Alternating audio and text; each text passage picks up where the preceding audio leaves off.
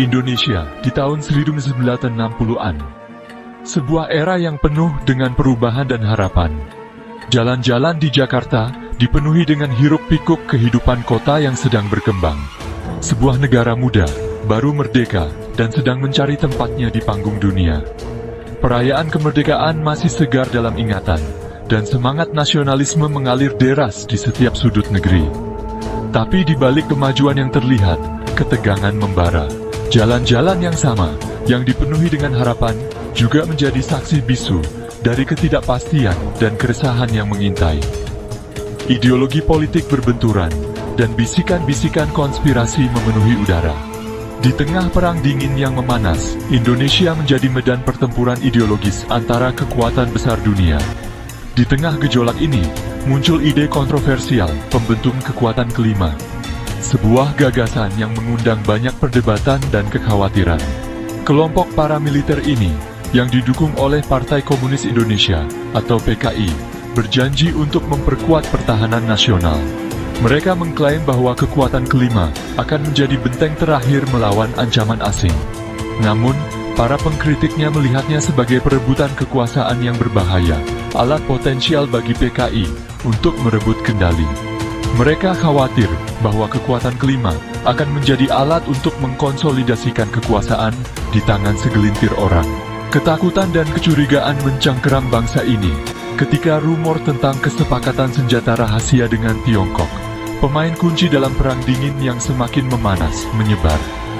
Hubungan dengan Tiongkok menjadi sorotan, menambah ketegangan yang sudah ada. Bayangan kekuatan kelima, yang dipersenjatai dengan senjata asing, tampak besar. Gagasan bahwa kekuatan ini bisa digunakan untuk tujuan yang tidak diinginkan, membuat banyak orang merasa tidak aman. Itu menjadi titik fokus dalam perebutan kekuasaan, simbol perpecahan mendalam yang mengancam akan memecah belah Indonesia. Perpecahan ini tidak hanya terjadi tingkat politik, tetapi juga meresap ke dalam masyarakat. Peristiwa yang terjadi, dugaan upaya kudeta, penumpasan brutal, dan pembantaian berikutnya, tetap terukir dalam ingatan kolektif Indonesia. Tragedi ini meninggalkan luka yang mendalam dan tak terlupakan. Kekuatan kelima, entah ancaman nyata atau kambing hitam yang nyaman, memainkan peran penting dalam babak tragis sejarah Indonesia ini. Perannya dalam sejarah menjadi bahan perdebatan yang tak kunjung usai.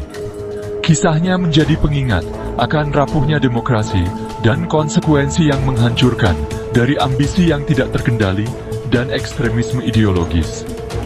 Ini adalah pelajaran berharga tentang pentingnya menjaga keseimbangan dan kewaspadaan dalam menghadapi tantangan politik.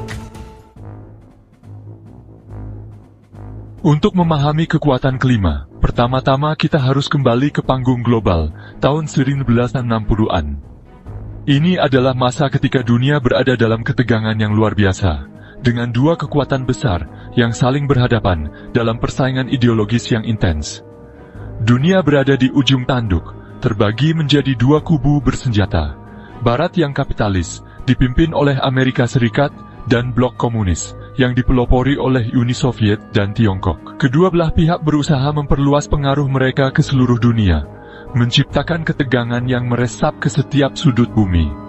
Medan pertempuran ideologis ini, yang dikenal sebagai Perang Dingin, memperluas jangkauannya jauh melampaui batas negara-negara adidaya ini. Konflik ini tidak hanya terjadi di medan perang, tetapi juga dalam bentuk propaganda, spionase, dan perang proksi di berbagai negara. Negara-negara yang baru merdeka, seperti Indonesia, menjadi pion dalam permainan catur geopolitik berisiko tinggi. Mereka harus menavigasi antara dua kekuatan besar ini, sambil mencoba mempertahankan kedaulatan dan identitas nasional mereka. Indonesia, di bawah Presiden Soekarno, memilih jalan non-blok, menolak untuk berjanji setia kepada kedua belah pihak. Soekarno berusaha untuk menjaga Indonesia tetap netral, sambil mempromosikan solidaritas di antara negara-negara yang baru merdeka, melalui gerakan non-blok. Sikap independen ini, meskipun mengagumkan, menjadikan Indonesia sasaran bagi Timur dan Barat, yang masing-masing bersaing untuk mendapatkan pengaruh negara yang penting secara strategis ini. Indonesia memiliki posisi geografis yang sangat strategis, yang membuatnya menjadi target utama dalam persaingan global ini. Medan pertempuran ideologis Perang Dingin menyusup ke politik Indonesia, memperburuk ketegangan yang ada, dan menciptakan lahan subur bagi kecurigaan dan ketidakpercayaan. Ketegangan ini seringkali dimanipulasi oleh kekuatan eksternal untuk keuntungan mereka sendiri, memperburuk situasi politik dalam negeri. Dengan latar belakang persaingan global dan ketidakpastian domestik ini, muncullah ide tentang kekuatan kelima, sebuah konsep yang terkait erat dengan pengaruh PKI yang semakin besar dan didorong oleh janji dukungan Tiongkok. Kekuatan kelima ini diusulkan sebagai cara untuk memperkuat pertahanan Indonesia dengan melibatkan rakyat dalam upaya militer, mencerminkan ketegangan dan dinamika kompleks yang terjadi pada masa itu. Presiden Soekarno, seorang pemimpin harismatik yang berperan penting dalam perjuangan kemerdekaan Indonesia, mendapati dirinya berjalan di atas tali. Sebagai seorang orator ulung dan visioner, Soekarno memiliki kemampuan untuk menginspirasi dan memobilisasi massa. Namun tantangan yang dihadapinya setelah kemerdekaan jauh lebih kompleks. Dia berusaha untuk mengarahkan Indonesia pada jalur netral, menganut kebijakan yang dia sebut Nasakom, akronim dari nasionalisme, agama, dan komunisme.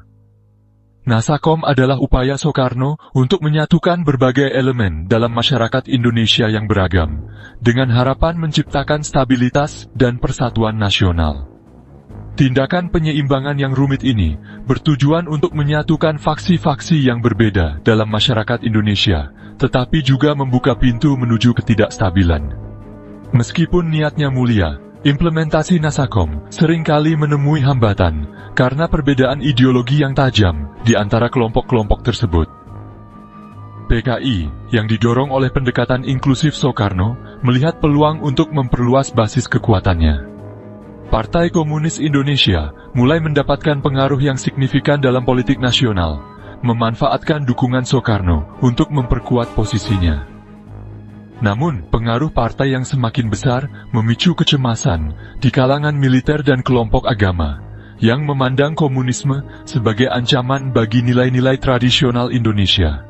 Ketegangan ini semakin meningkat, seiring dengan meningkatnya aktivitas PKI di berbagai sektor kehidupan masyarakat.